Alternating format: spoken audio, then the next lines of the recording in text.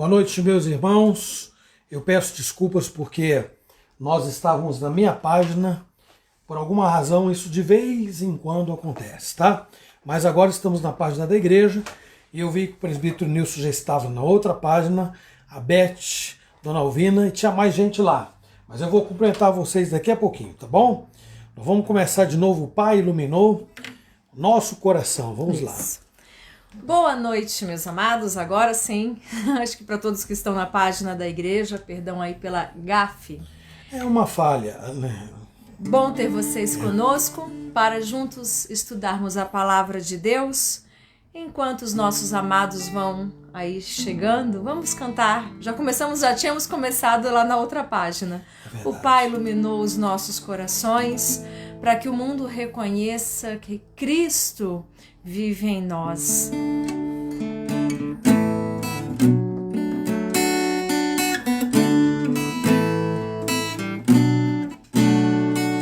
Pai iluminou os nossos corações, nos libertou através da verdade, cobriu-nos com seu amor. O Pai iluminou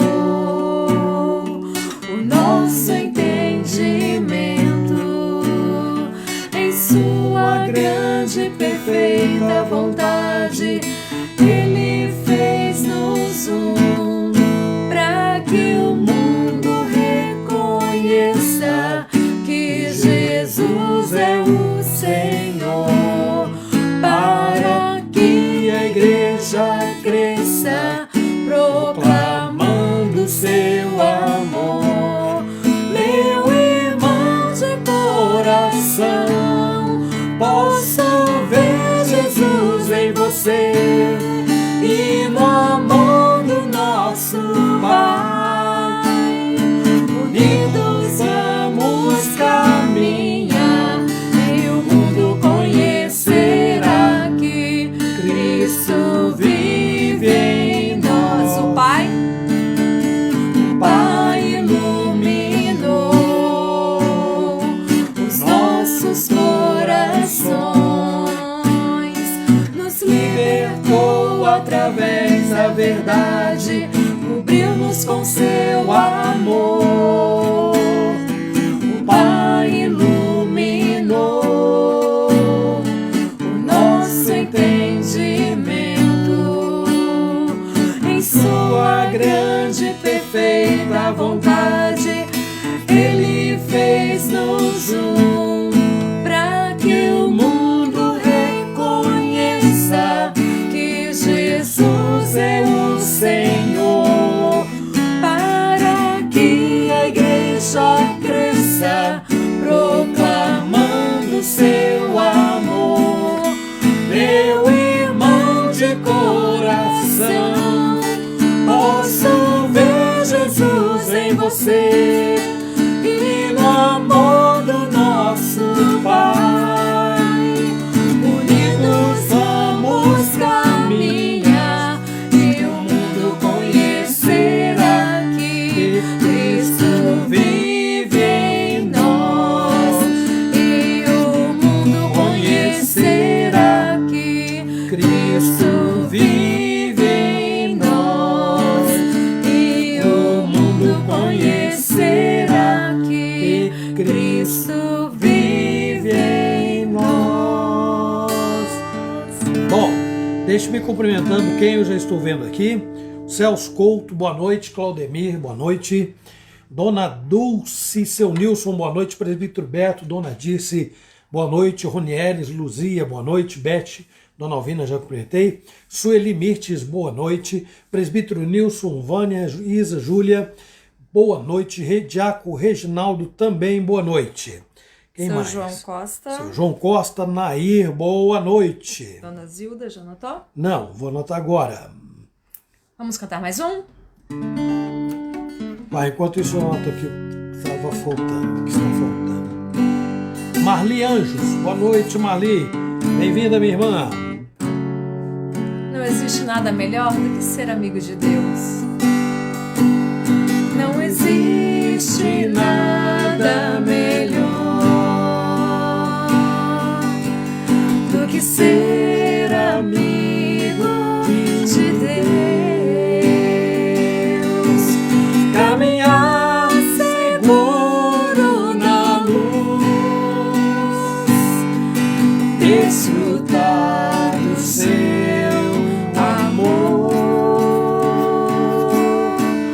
ter a paz no coração,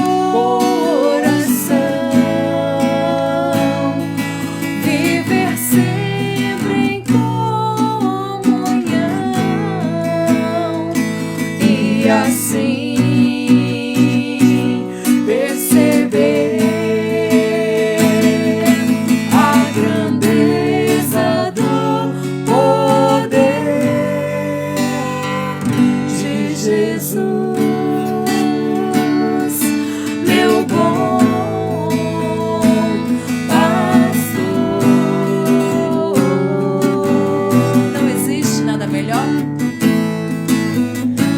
existe nada melhor do que ser amigo de Deus, caminhar seguro na luz, desfrutar do seu amor, ter a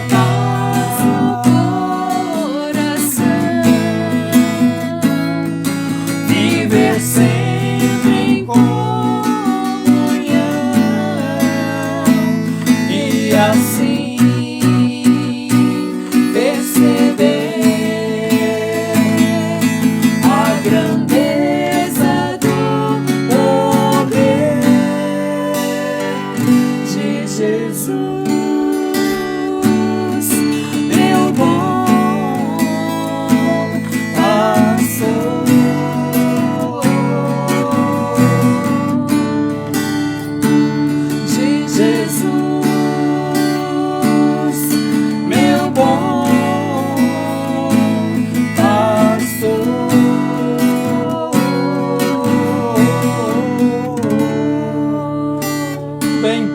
Dos que eu já cumprimentei, falta apenas o Leandro Bino e a sua digníssima Emily, sua digníssima esposa Emily, e a Maria Quadros e o seu digníssimo esposo Robson Quadros. São irmãos lá de Reginópolis. O Claudemir colocou? Claudemir já está lá no topo da lista. Duas informações, rapidamente. A Sandra que acabou de entrar. Sandra, boa noite, minha irmã. Seja muito bem-vinda. No grupo da igreja, nossa irmã Zilda colocou agora há pouco que o nosso irmão reverendo Nélio e o Daniel estão com Covid.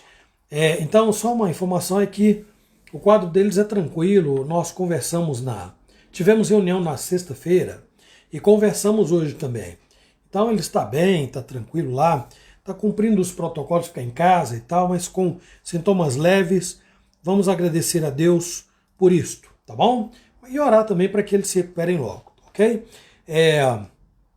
E ao nosso irmão Robson, daqui a pouco nós vamos cantar o hino 88. Eu não tenho a letra dele aqui não. Eu vou colocar nos comentários. Isso, então tá bom. Aí eu vou tentar cantar. Bom, tem uma Bíblia do lado aqui, eu vou atrás da letra dela, tá bom? Nós vamos orar. E vamos pedir a Deus que nos abençoe na noite de hoje. Nosso estudo bíblico sempre visa a edificação de todos, mas, acima de tudo, a honra e a glória do nosso Deus. Né? Então vamos orar, pedir a Deus que nos abra o entendimento e prepare o nosso coração para o estudo desta noite. Vamos orar. Senhor, obrigado, Pai, pelo dia que o Senhor nos tem dado, na verdade. Dia que vai chegando ao fim. E, ó Deus, o Senhor nos concede o privilégio maravilhoso de reunidos estudar a Tua Palavra. Damos-te graça, Senhor, e rogamos que, por misericórdia, o Senhor nos ajude, todos nós, a Márcia, eu, os irmãos que estão conectados a nós, seus respectivos lares, e que o Senhor nos abençoe com a Tua Palavra, edificando-nos, fortalecendo-nos, encorajando-nos e, ó Deus, sobretudo, promovendo a honra e a glória do Teu nome. Os dias estão aí, são dias de desafio, muitos desafios, mas o Senhor é grande, o Senhor é bom e o Senhor nos tem ajudado. E nós somos muito gratos por isto. E cremos, ó Deus, que através do estudo bíblico desta noite, o Senhor há de nos alimentar e nos fortalecer ainda mais. Nós que nunca tivemos que lidar com dias como estes, mas agora estamos aprendendo, Senhor, e crescendo, sendo trabalhados, lapidados e melhorados espiritualmente através das nossas tribulações. Imploramos que o Senhor nos ajude, perdoe os nossos pecados, purifique o nosso coração. Em nome de Jesus, amém. Amém. Então vamos lá. Vanessa Teles, boa noite. E a Gabi também, boa noite. Boa noite, Gabi. Boa noite, Vanessa. E o João Carlos, boa noite. Boa noite, João Carlos. E quem mais chegou aí que eu não falei o nome, tá bom? Vou anotar aqui para eu não esquecer. Eu anoto. A Sandra, João Carlos. Então tá, então anota aqui para mim, por favor. O hino para quem tem um novo cântico, bom, se a Márcia vai pôr nos comentários, não precisa. Rose e mas Victor também, boa Mas noite. é o 88, viu, gente? Vou colocar aqui nos comentários agora. É o 88. Porque ele tem a ver, é o seguinte, ele tem a ver com o tema que nós abordamos no domingo à noite. Estão lembrados? Na igreja. E nós ficamos devendo a última parte da nossa exposição. Então hoje nós vamos falar sobre ela. Claro que aí eu tive que acrescentar alguns dados porque era um tópico, um único tópico. Acrescentei algumas informações. Quem não acompanhou no domingo, eu farei uma breve introdução para lembrar do assunto. E o assunto básico, principal, é a soberania de Deus, diz respeito à soberania de Deus, sua onipotência e a maneira como ele governa tudo, todas as coisas. Falamos sobre isto e lembramos do hino 88, que envolve a criação, envolve a morte de Cristo, envolve a conversão, a regeneração, que é a obra feita pelo Espírito Santo no coração do homem, e por último, a perseverança dos salvos, porque a letra vai dizer isso: sempre me amarás, porque jamais o inferno ou o mundo poderão ao teu querer se opor. É isso aí. Então, quem conhece pode cantar conosco. Só não tire alto, por favor. A gente agradece. As mulheres agradecem. Vou tirar no tom que eu costumo tirar, lá maior, viu, gente? Amava-se, Senhor, ainda cintilante, ao irromper a luz, ao mano Criador, que nem o ardente sol, rompendo no levante, trouxera a terra ao mar, a força fecundante.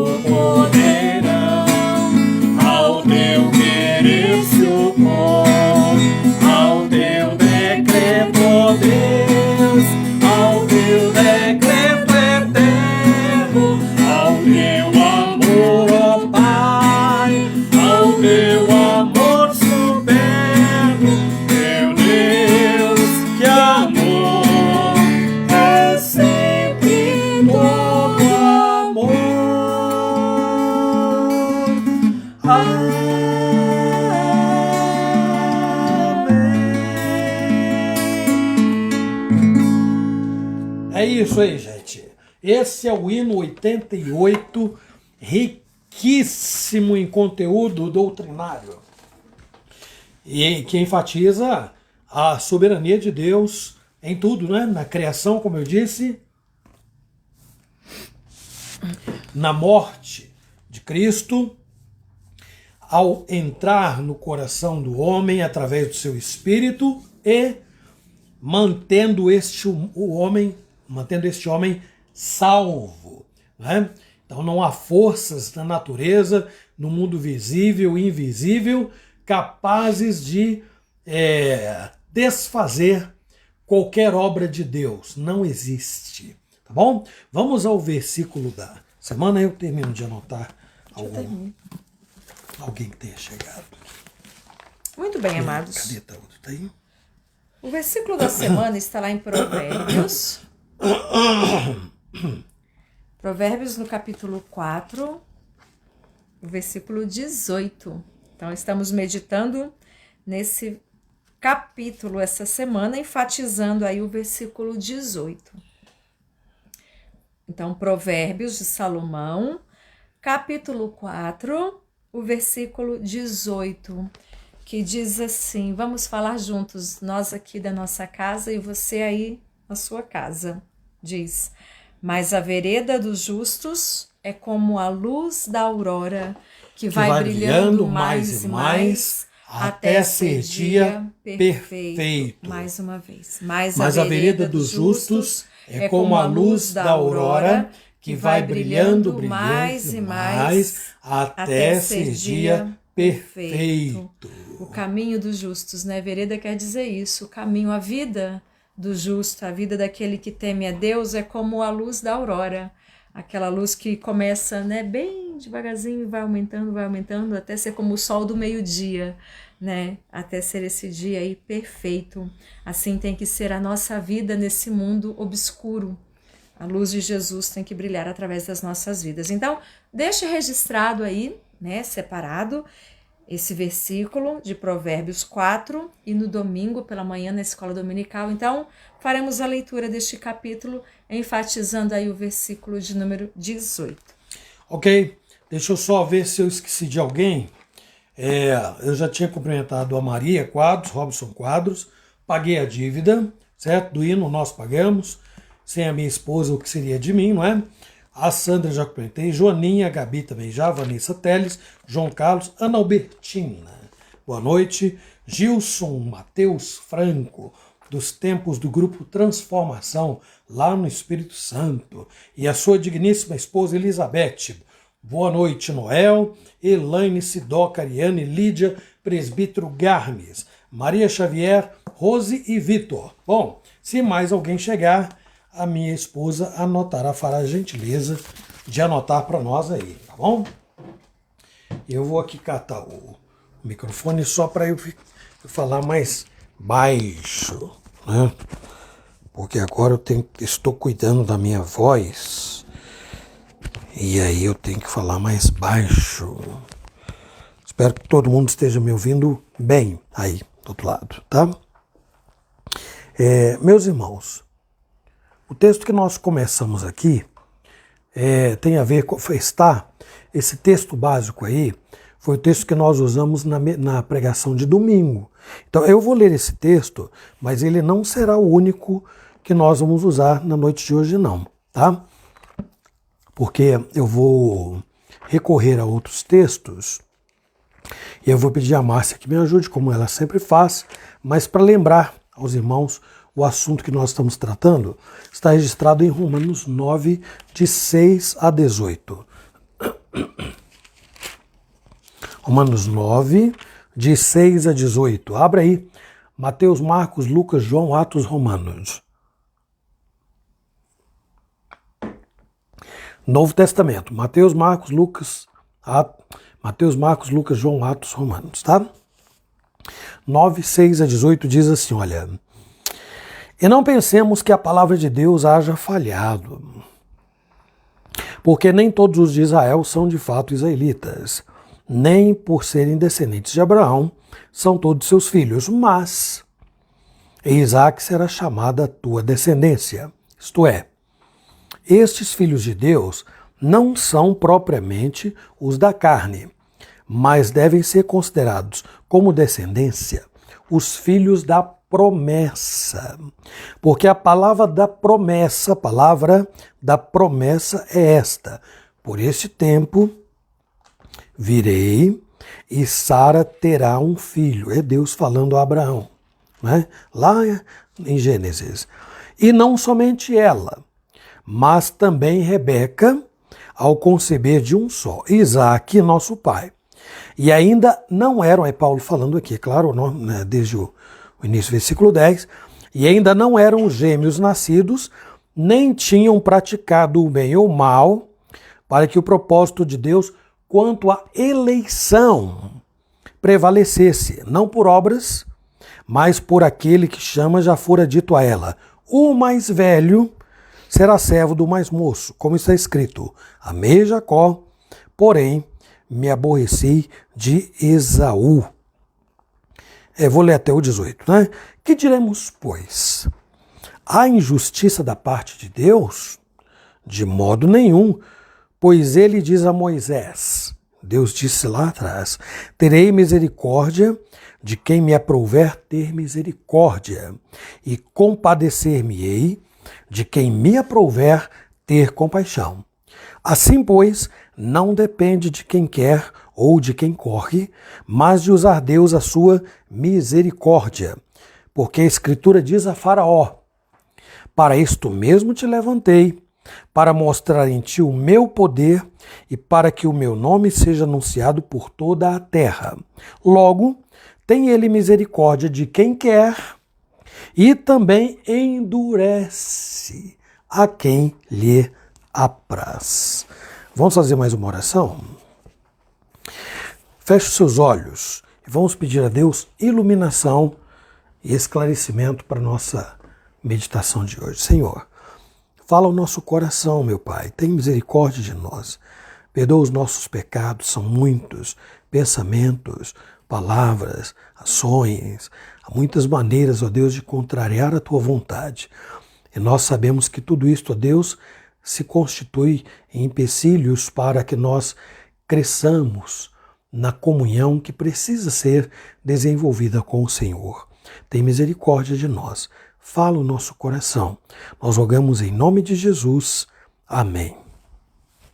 Meus irmãos, no domingo, a minha introdução teve como proposta mostrar o seguinte, que Deus, desde antes, é claro que eu poderia ter usado aqui um texto mais conhecido, que a gente normalmente faz menção, que é o texto do Salmo 119, versículo 36, né? 16, 139, 16. Entretanto, aquele versículo lá, é óbvio, ele vai fazer menção, vocês devem estar lembrados, né? Os teus olhos me viram, substância informe, ainda informe, e no teu livro, diz o salmista, foram escritos todos os meus dias, cada um deles escrito e determinado quando nenhum deles havia ainda. Há quem pegue esse versículo e associe apenas aquele período da formação, né, do embrião, né, do bebê no ventre materno. Mas, dentro de todo o contexto do Salmo 139, fica muito claro que tudo está nas mãos de Deus, que é onipotente, onipresente, onisciente. Tem a ver aí com o versículo 16, a onisciência. Deus que conhece-nos mesmo antes de nós termos alguma forma. Nós não tínhamos forma nenhuma e Deus já nos conhecia pelo nome. E no seu livro escreveu todos os nossos dias, é claro, uma linguagem metafórica para mostrar o quê? Que a nossa vida, mesmo antes do nascimento, já está nas mãos de Deus. E cada dia da nossa vida está num plano preciso, que é perfeito, que é bom, que é agradável a Deus, que Ele domina sobre todas as coisas. Se Deus não dominasse sobre todas as coisas, Ele não poderia ser Deus. Então nós teríamos aí um grande problema. Nas mãos de quem estaria o universo, o mundo, a minha vida, sua vida? Sendo ele Deus, ele não tem poderes limitados, ele pode tudo. Afinal de contas, não havia nada. No princípio não havia nada. E do nada ele criou tudo o que os nossos olhos contemplam. E ele criou com um propósito muito claro, descrito na Escritura, que é manifestar a si mesmo, sua glória. Manifestar quem ele é.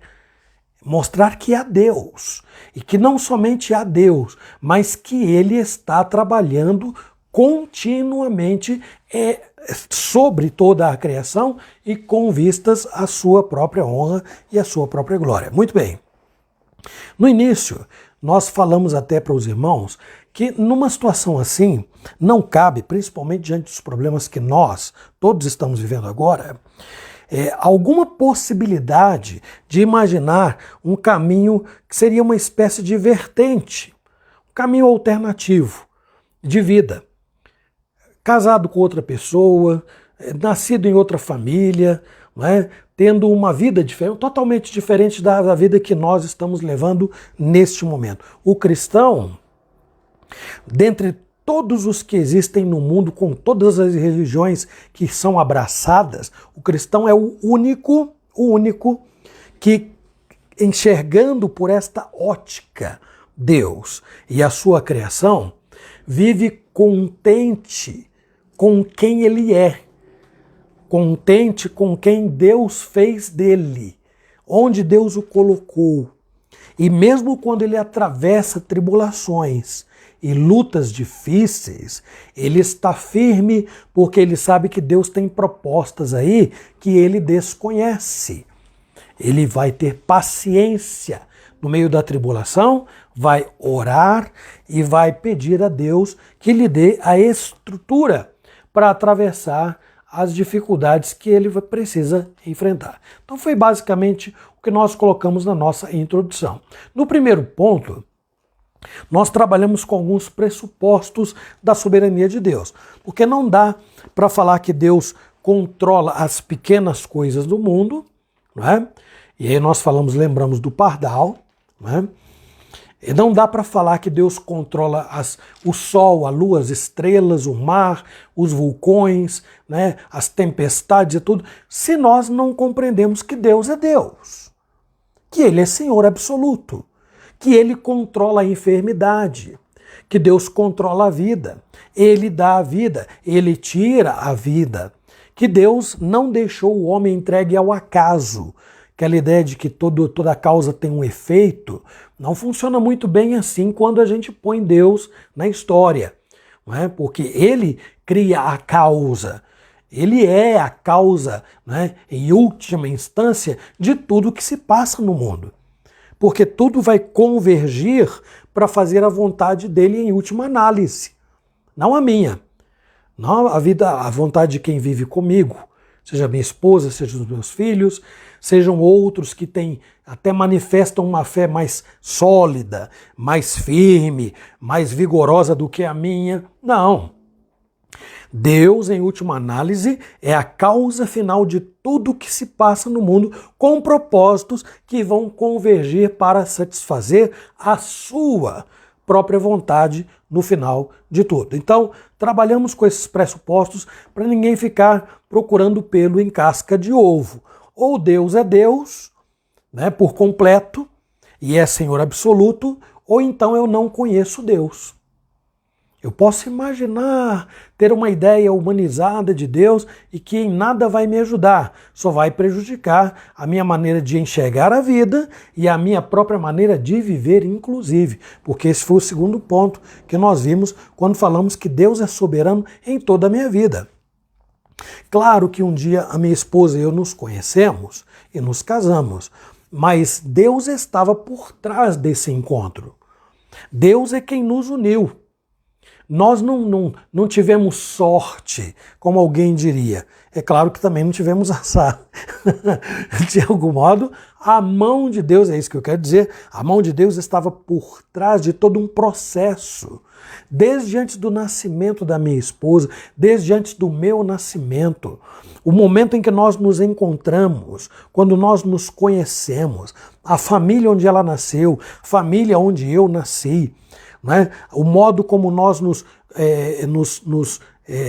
interessamos um pelo outro e nos amamos e decidimos nos casar, as filhas que Deus planejou que nós viéssemos ter, 3, os nomes que foram dados a elas, esses detalhes todos, não pensem que eles estão, que Deus falou assim, eu vou dirigir a sua vida naquilo que eu julgo mais importante. Fica com essa partezinha aqui que é mais simples, ó. Por exemplo, dá um nome para o seu filho, vai. Isso aí você escolhe. Claro que nós temos um assunto aqui, 2 assuntos, não é? Que caminham lado a lado, que tem a ver com a responsabilidade humana. Nós já falamos na igreja que a expressão livre-arbítrio só cabe para Adão e Eva. Quando alguém diz, o homem tem o livre-arbítrio, que o homem pode decidir se ele quer casar, ficar solteiro, se ele quer comprar, vender, se ele quer viajar, se ele não quer, se ele vai fazer isso, vai fazer aquilo, qual o nome que vai dar para o filho, qual que não vai dar. Isso chama-se, já falamos, livre agência. Livre agência tem a ver com a responsabilidade humana. E a Bíblia diz, tudo que o homem semear, isto também se fará. Entretanto, esta responsabilidade humana nunca foge ao controle de Deus. Senão, Deus não estaria governando a criação como a Bíblia mostra. A Bíblia diz que, foi um dos textos que eu citei domingo passado, que não cairá um pardal se não for da vontade do Senhor, se não for da vontade de Deus. Tudo que se passou na história até hoje obedeceu um plano que vai muito além da compreensão humana, nós procuramos mostrar isso. Então, o homem pode espernear, pode falar assim, não, eu sou livre para fazer isso, fazer aquilo, etc. Tal. Tudo bem. Deus não vai proibir o homem de pensar desta maneira, mas o pensar desta forma não vai mudar muita coisa, porque eu não tenho garantias, eu não posso me dar garantias de nada que vai acontecer comigo. Quem planejou esta pandemia que tomou conta do mundo inteiro? Será que foi um homem que disse a partir do dia tal, do mês tal, de 2019, né? 2019 começou, né? Então vou começar espalhando esse vírus aqui e vai matar milhões de pessoas no mundo e haverá isso, vai acontecer. Não, não. Quem tem esses detalhes nas mãos é Deus. Como aconteceu em tantas outras ocasiões, em histórias que estão aí narradas claramente na Bíblia. Bom, é preciso ter esta compreensão para nós chegarmos à parte mais importante, que é a soberania de Deus na nossa salvação. E a soberania de Deus na condenação.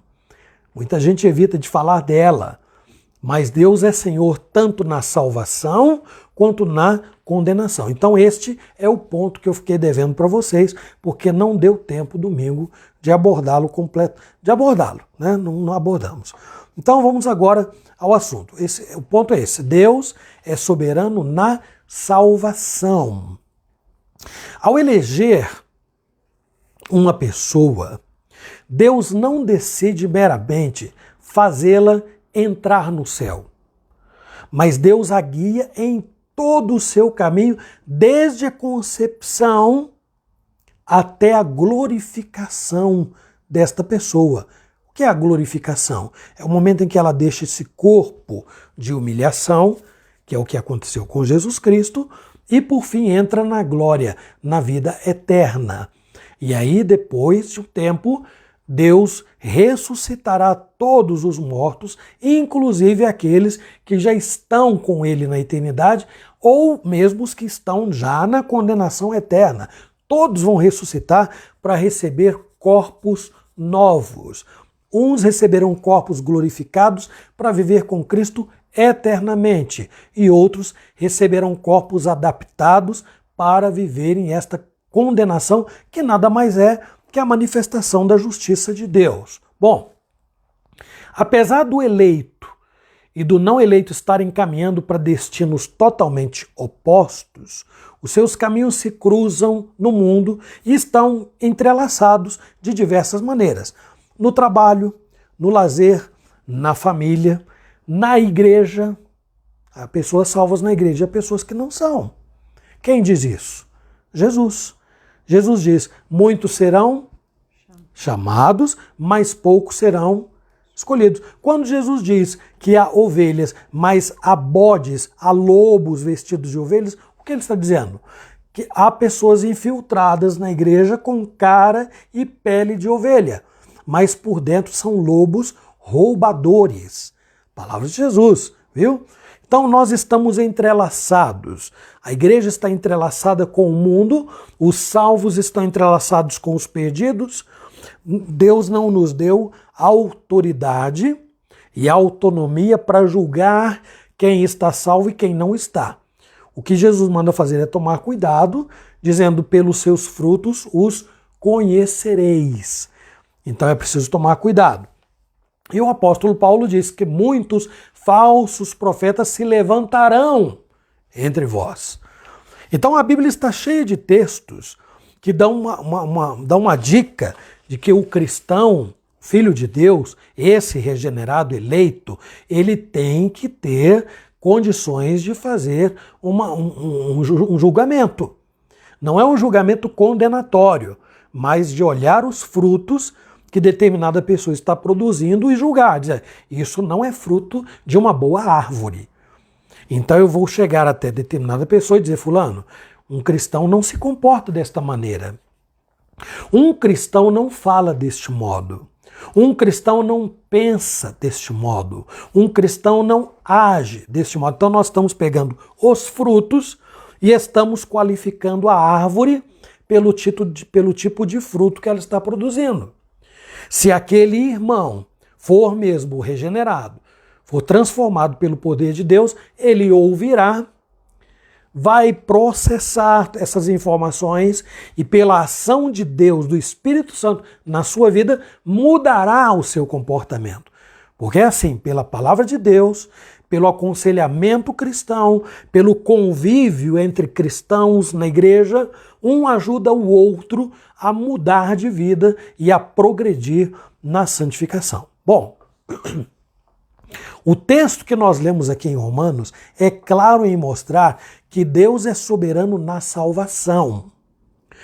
Tudo depende dele, né? Que chama alguns, usando, e a palavra é esta, vocês estão lembrados, está lá no texto, usando de misericórdia na sua vida. Você está com o texto aberto, Romanos 9? Veja o texto aí que diz, onde Paulo diz que Deus disse a Moisés, terei misericórdia de quem me aprouver ter misericórdia. Está lá para depois do 16. Aqui, ó. 15.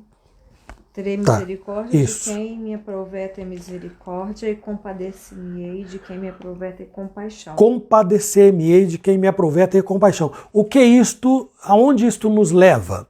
Nos leva a entender que quando Deus beneficia a alguém, ele não está cumprindo nenhum dever de Deus. A propósito, Deus não tem dever nenhum com ninguém. Deus não deve nada a ninguém, né?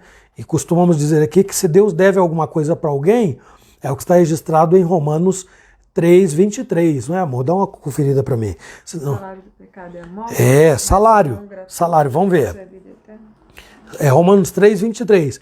Se Deus deve alguma coisa ao ser humano, é o que Paulo diz lá em Romanos 3:23.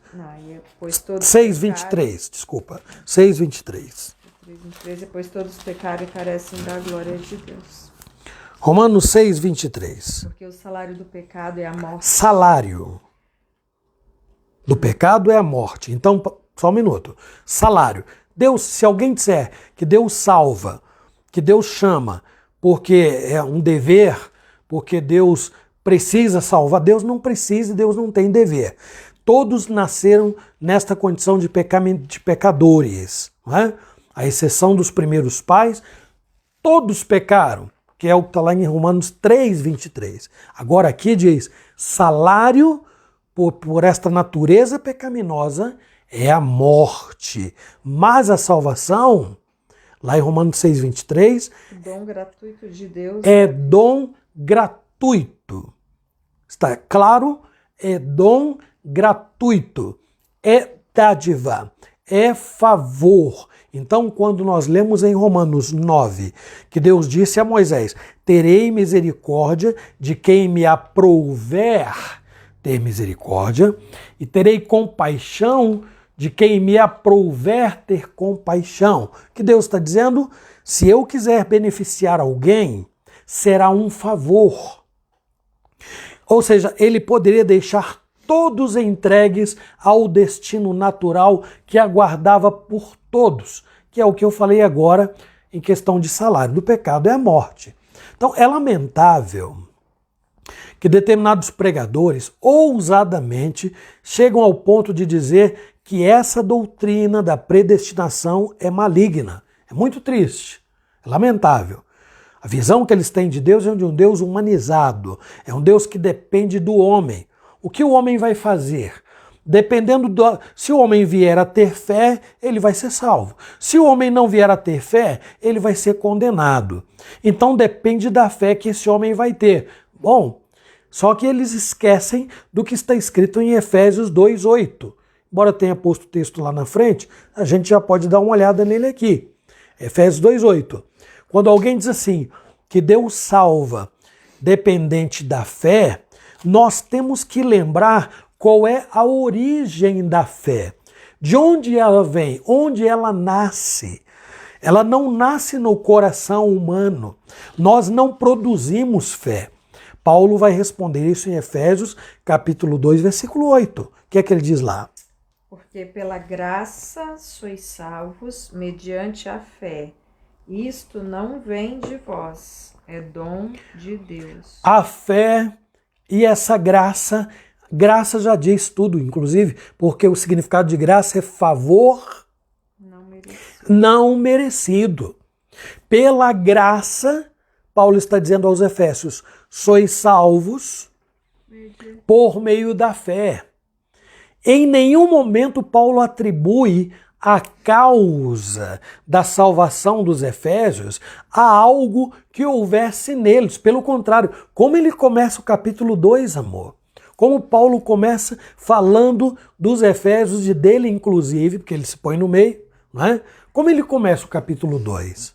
Ele vos deu vida, estando vós mortos nos vossos delitos e pecados. Então Paulo começa dizendo, vocês, Efésios, estavam mortos nos seus delitos e pecados e ele deu vida a vocês. Começa dizendo isso, o que mais? Nos quais andastes outrora, segundo o curso deste mundo, segundo o príncipe da potestade do ar, do espírito que agora atua nos filhos da desobediência. Paulo está dizendo, vocês antes estavam mortos nos seus delitos e pecados. Vocês estavam andando segundo o príncipe da potestade do ar, do espírito que agora atua nos filhos da desobediência. Este era o caminho em que vocês, Efésios, estavam. Que mais que ele diz, amor? Entre os quais também todos nós andamos outrora. Paulo se inclui. Nós também andamos assim. Segundo as inclinações da nossa carne, fazendo a vontade da carne e dos pensamentos. E éramos por natureza filhos da ira. Ele não está dizendo que nós éramos por natureza salvos. Paulo está dizendo que nós éramos por natureza filhos da ira, estávamos em choque, em guerra com Deus, como todos os demais. Paulo está falando dele, né? De todos aqueles que com ele creram e conheceram o Evangelho. Nós estávamos afrontando a Deus, nós éramos inimigos de Deus. Que mais, amor? Mas Deus sendo rico em misericórdia, por causa do grande amor com que nos amou, e estando nós mortos em nossos delitos, nos deu vida juntamente com Cristo. Pela graça sois salvos. A ênfase sempre é a graça. Este espírito era um estado de morte. E Paulo está dizendo, mas Deus, sendo rico em misericórdia, por causa do amor com que nos amou, né, nos deu vida juntamente com Cristo. A causa desta salvação é a vontade livre de Deus, a sua vontade livre e soberana.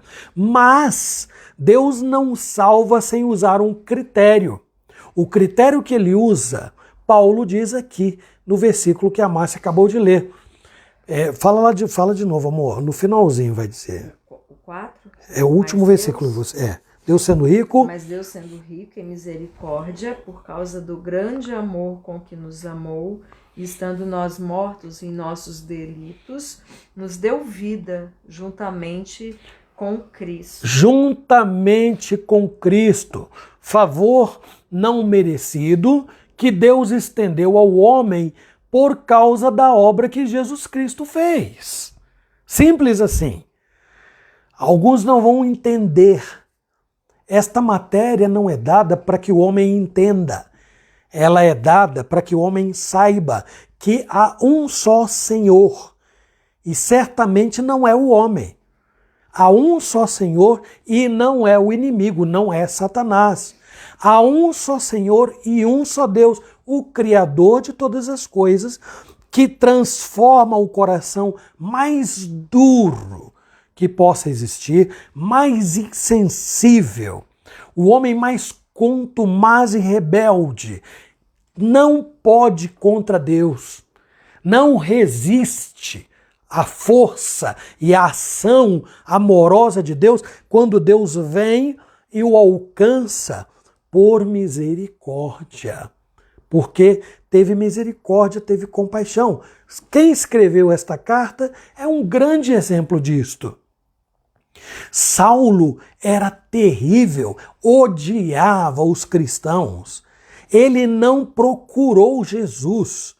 Ele foi a Damasco para prender e trazer cristãos, homens, mulheres, crianças, trazerem presos para Jerusalém. Jesus foi ao meio do caminho, a estrada onde estava Saulo, e fez com que ele caísse do animal que montava e disse: Saulo, Saulo, por que me persegues? Então Saulo não estava procurando uma igreja, Saulo não estava ávido pelo evangelho, Saulo não estava amando Jesus Cristo, Saulo odiava os cristãos. E entendia ele que prestava um serviço a Deus ao prender esses cristãos. Foi quando Jesus disse: por que me persegues? Bom, eu disse para vocês que eu uso muito aqui o William Hendrickson, não é? E aqui eu separei um texto onde ele vai tratar desse assunto e eu vou ler na transcrição, tá assim, ó. Predestinação é o eterno propósito de Deus por meio do qual ele preordenou tudo o que acontece. Aí ele pede para ler lá Efésios 1:11, amor. Você pode ver, por favor?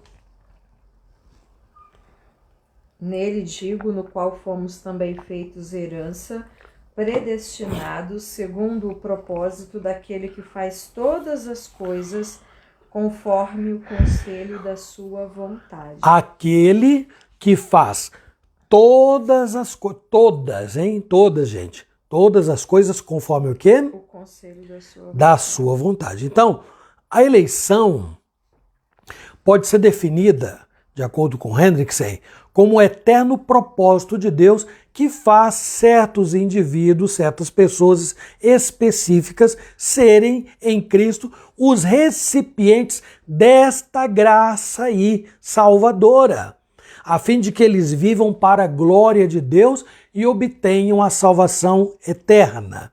Há vários outros textos, mas eu vou pular porque o nosso tempo voa. E Hendrickson continua: reprovação. Vamos voltar a Romanos 9, quando Deus fala: me aborreci de Esaú. Veja lá o texto. Jacó e Esaú não eram nascidos ainda. E Deus disse: amei a Jacó e odiei a Esaú. Veja lá, por favor, amor. Aqui. E não pensemos que a palavra de Deus... Mais à frente.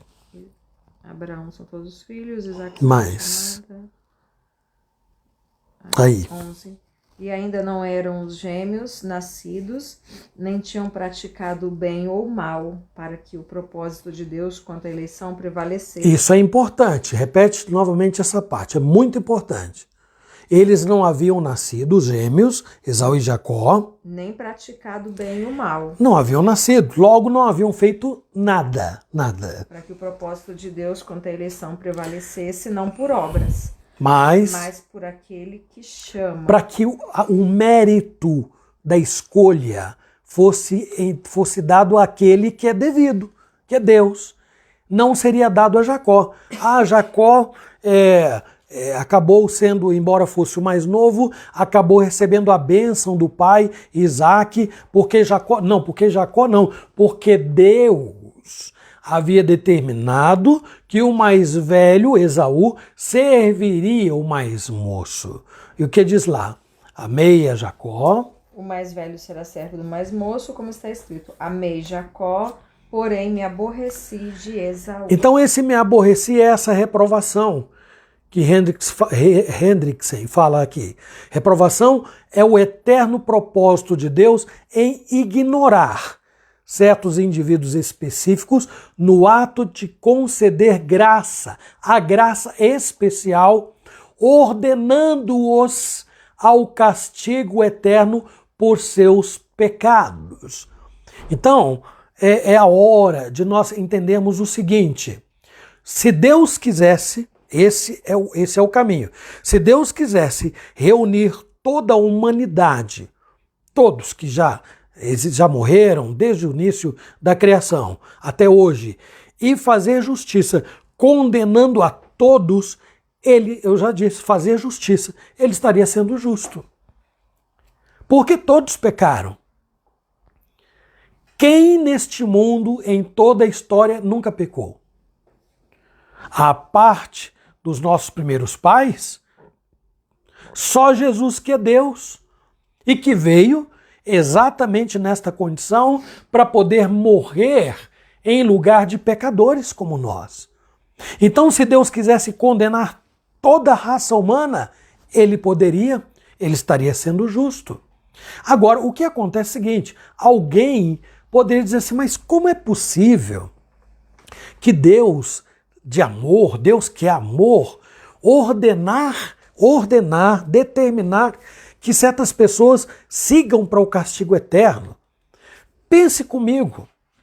Se nós levarmos a sério esse tipo de pergunta, não caberia também indagar agora aqui como é possível que Deus, cuja justiça reclama condenação, né?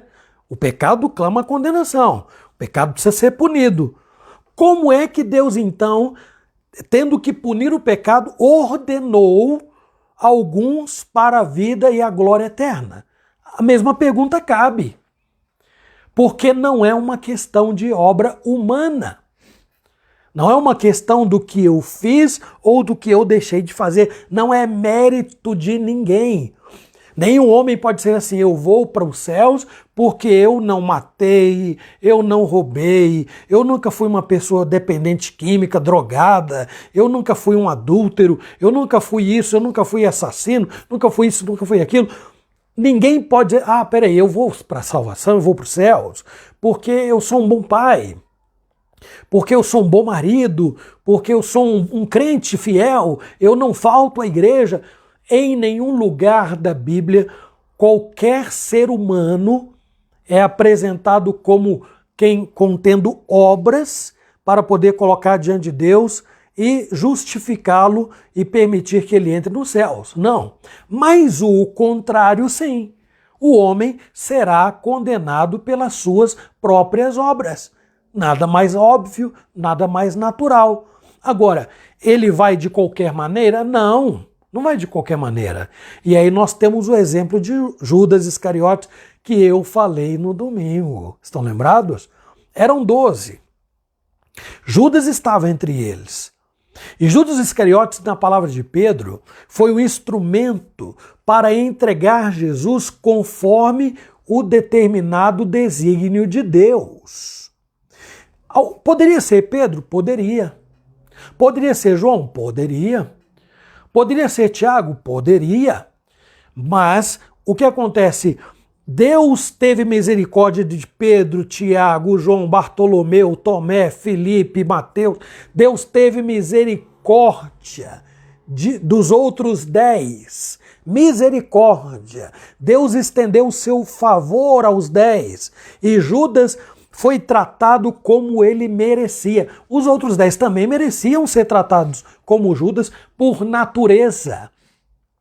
Por natureza, Deus fez um favor aos 10. E Judas foi instrumento de Deus para levar a cabo um propósito eterno, um plano eterno que qual era? Que incluía a própria morte na pessoa do Filho.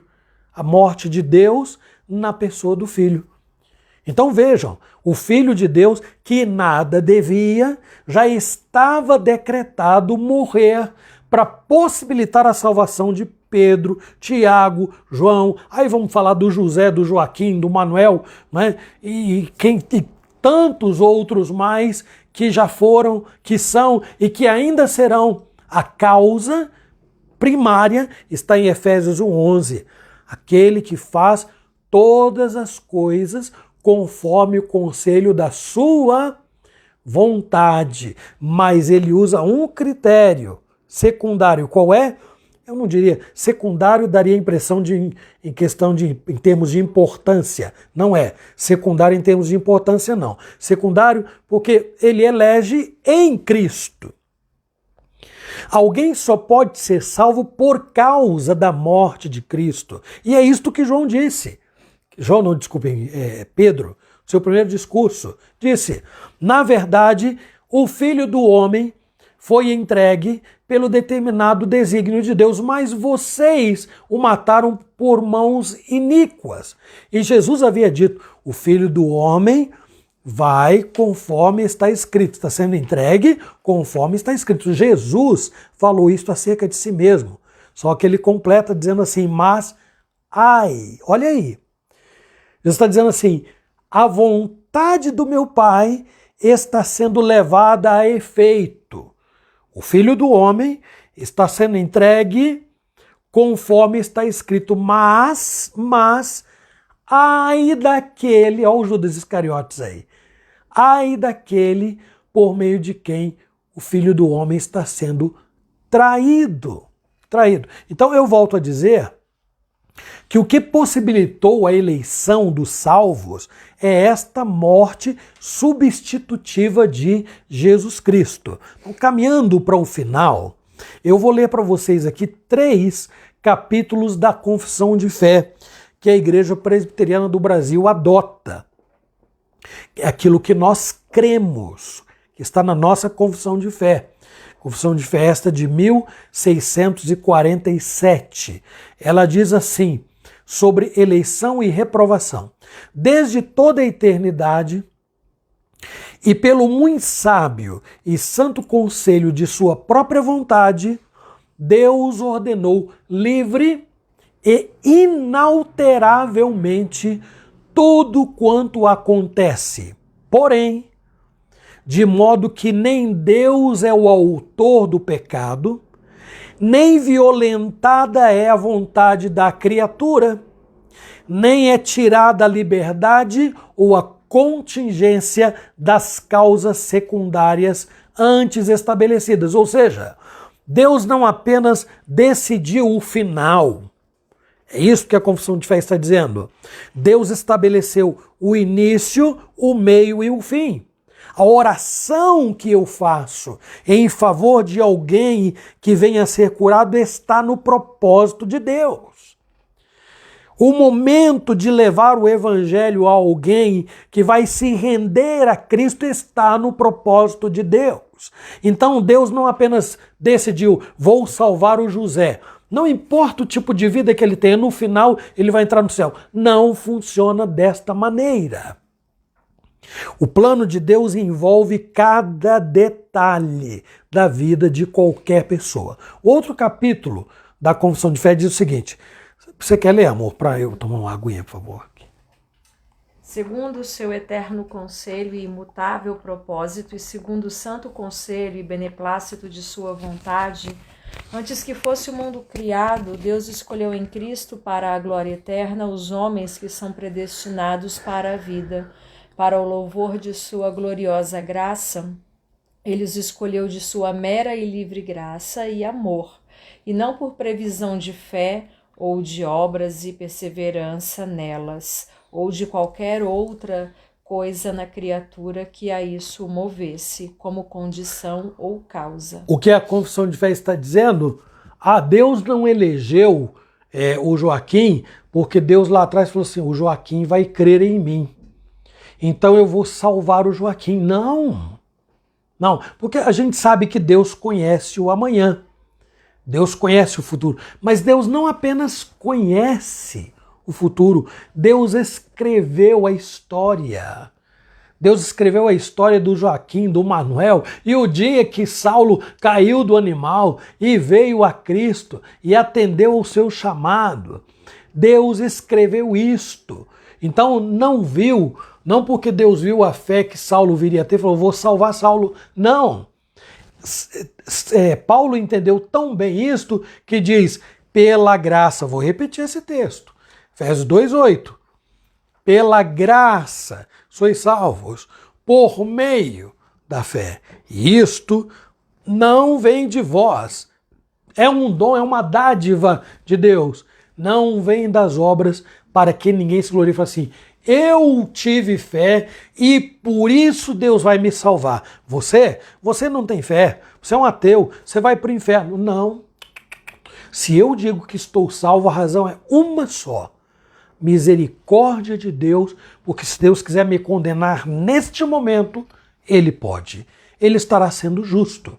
Em último lugar, segundo o inescrutável conselho da sua própria vontade, pela qual ele concede ou recusa misericórdia como lhe apraz, para a glória do seu soberano poder sobre suas criaturas, para o louvor da sua gloriosa justiça, o resto dos homens foi Deus servido não contemplar e ordená-los para a desonra e ira por causa dos seus pecados. Então, esses três itens estão na nossa confissão de fé nos capítulos 2, 3, 4 e 5. Não é? É capítulo 1, capítulo 3, capítulo 1, 3, 4, 5, 7. Bom, quem tiver a confissão de fé vai achar isso tudo muito juntinho lá. Gente, eu tenho que terminar por aqui. Eu não sei, não espero ter esclarecido tudo. A gente pode trazer esse assunto de novo, até porque ainda tem outro item que eu coloquei aqui, dizendo que Deus faz com que as pessoas creiam. Seria outro ponto, mas não dá tempo. E aí vamos deixar para um outro momento, ok? Eu rogo a Deus que Ele nos ajude a descansar, porque o que está acontecendo neste mundo, a enfermidade, as doenças, as mortes, as pessoas que são curadas, as que não são curadas, as pessoas que creem, as pessoas que se rebelam, as pessoas que fazem maldades terríveis, elas não podem fugir ao controle de Deus. Mesmo que elas não aceitem. Não acredito em Deus. Não, eu faço o que eu quero. Não, eu sou livre. Não, eu tenho livre-arbítrio. O homem pode pensar o que ele quiser a seu respeito, mas a suma é, nossa vida está nas mãos do Senhor. E aí vamos invocar lá Provérbios 16, 1. O que é que diz lá? Lembra? O coração do homem pode fazer planos, mas a resposta certa dos lábios vem do Senhor. E outro, o coração do homem traça os seus caminhos. Mas o Senhor lhe dirige os passos. É o versículo 9 de Provérbios. Pega o capítulo 16 de Provérbios 1 e o capítulo 16 de Provérbios, versículo 1 e o versículo 9. E você verá estas palavras: o coração do homem pode fazer planos, mas o Senhor lhe dirige os passos. Muito bem, que Deus nos abençoe, nos dê paz, tranquilidade e a segurança de que nós estamos respondendo muito bem ao seu chamado com alegria, com disposição, com esperança, com fé, com galhardia, de cabeça erguida, caminhando progressivamente para a glória final. Que Ele nos abençoe. Amém. Não dá tempo para cantar, né, amor? Eu tinha escolhido um cântico bem antigo. É bastante para mim a tua graça. Então vamos lá. Vamos cantar esse aí. Comentários? E vamos terminar. Tem como? Isso. Coloquei aqui nos comentários pra gente. Tá bom. É bastante para mim a tua graça. Tua graça é melhor do que a vida. Vamos lá. Esse. Vamos ver se a gente lembra, né? Faz tanto tempo que a gente não canta esse cântico. Ele é bem, bem antigo.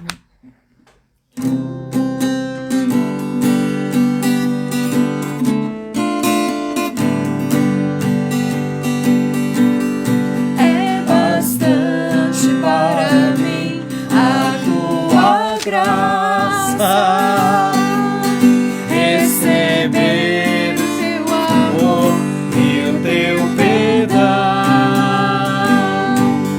É maravilhoso saber que para sempre com Jesus vou viver.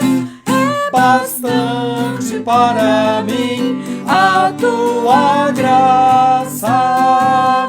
A tua graça, Tua graça é melhor que a vida. é melhor que a vida. A tua graça, Tua graça é melhor que a vida. é melhor que a vida. Meus lábios te louvam, Meus lábios te louvam. e assim bendirei. E assim bendirei. Em teu nome minhas mãos levantarei. As minhas mãos eu levantarei. As minhas mãos eu levantarei. Meus lábios te louvam, e assim bendirei. Em teu nome minhas mãos levantarei. Vamos orar. E assim nós estaremos encerrando o nosso estudo de hoje. Amor, faz uma oração, por favor. Querido Deus, obrigada por esse estudo, Deus, na tua palavra, onde, Deus, aprendemos mais um pouco da tua soberania. O Senhor é soberano, como cantamos a Deus, sobre a terra, sobre o céu, sobre tudo, o Senhor é absoluto. E glorificado seja o teu nome, porque através dessa tua soberania, ó Deus, o Senhor nos deu a sua maravilhosa graça. E que possamos fazer sempre um bom uso dela, vivendo uma vida para o teu louvor em tudo. Que a nossa vida brilhe, ó Deus, os nossos caminhos e redunde na glória do teu nome. Guarda, Senhor, cada família que esteve conosco, cada vida, Senhor Deus. Ajuda-nos, ó Pai, para que tenhamos um final de semana muito feliz, muito abençoado. Dirija os nossos passos, Senhor. Tenha misericórdia de todos nós. Nós oramos no nome de Jesus. Amém. Amém. Muito bem, gente, eu quero então aqui me despedir dos irmãos que nos acompanharam, estão conosco até aqui. Isso é muito bom, aqueles que estiverem aí. Celso Couto, boa noite. Claudemir, bom final de semana. Dona Dulce, seu Nilson, presbítero Beto e Dona Dirce, Ronieres, Dona Luzia, Bete, Dona Alvina, Sueli, Mirtes, lá de Piraí do Sul, Paraná. Presbítero Nilson, Vânia, Isa, Júlia, Diácono Reginaldo, lá do Maranhão. João Costa e Nair, Marli Anjos, lá do Paraná também. Dona Zilda, Leandro Bino, Emily, Maria Quadros, Robson Quadros, Sandra, Joaninha, Lafayette, Gabi, Vanessa Teles, João Carlos, Ana Albertina, Gilson e Elizabeth, Noel, Elaine, Sidó, Cariane, Lídia, Presbítero Garmes, Maria Xavier, Rose, Vitor, Marcelino, Rony Garcia, Larissa Cardoso, Elizabeth Andrade, Kelly, Thomas, Davi, Marta, Elias, Maria de Jesus, Rosângela, Selma Ferreira e se alguém mais entrou e nós não vimos e não anotamos seu nome, eu peço perdão. Mas domingo, às 9 horas, com a graça de Deus, estaremos conectados. E à noite, os irmãos aqui da Aliança estejam na escola dominical e à noite não se esqueçam que nós teremos a ministração da ceia do Senhor, se Ele assim o permitir, viu? Boa noite a todos, Deus abençoe, que tenham vocês uma noite muito tranquila. O assunto de hoje foi essencialmente doutrinário, apresenta algumas dificuldades, eu sei, mas nós estamos aqui para ajudar naquilo que for preciso e possível, tá bom? Até breve, se Deus quiser.